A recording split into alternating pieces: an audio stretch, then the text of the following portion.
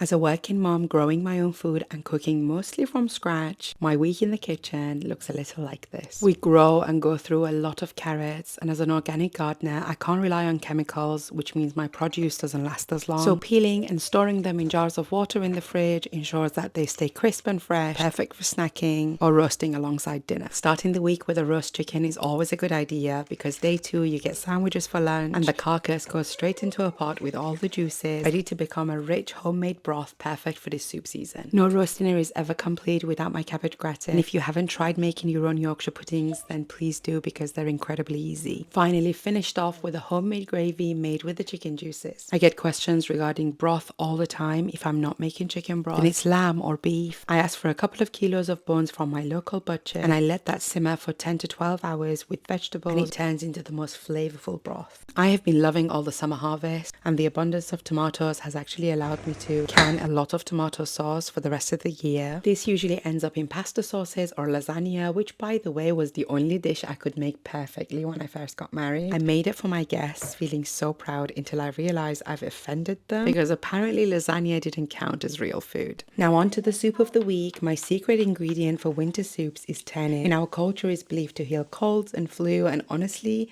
it does feel like medicine in a bowl. It's packed with vitamin C and antioxidants, and it gives a really subtle sweetness and warmth that I just love. And when the sweet tooth hits, I make chia pudding with Greek yogurt. It's creamy, high in protein, and full of fiber and omega-3s. This year we harvested the biggest abundance of fruit from our orchard. So I've been making this fruit bake for the kids with oats, milk, and eggs, which doubles as breakfast and dessert. My biggest goal as a mom is to teach my children to eat seasonally, to understand where their food comes from, and to love the rhythm of each season, because living intentionally from a young age raises intentional humans. Now I made some more sweet treats with dates. We go through a lot of dates in our house. I just did dates with a layer of tahini topped with some melted chocolate. And to finish the week, sourdough cheddar and coriander scones to go with the soup. Warm, flaky, and just the right amount of comfort.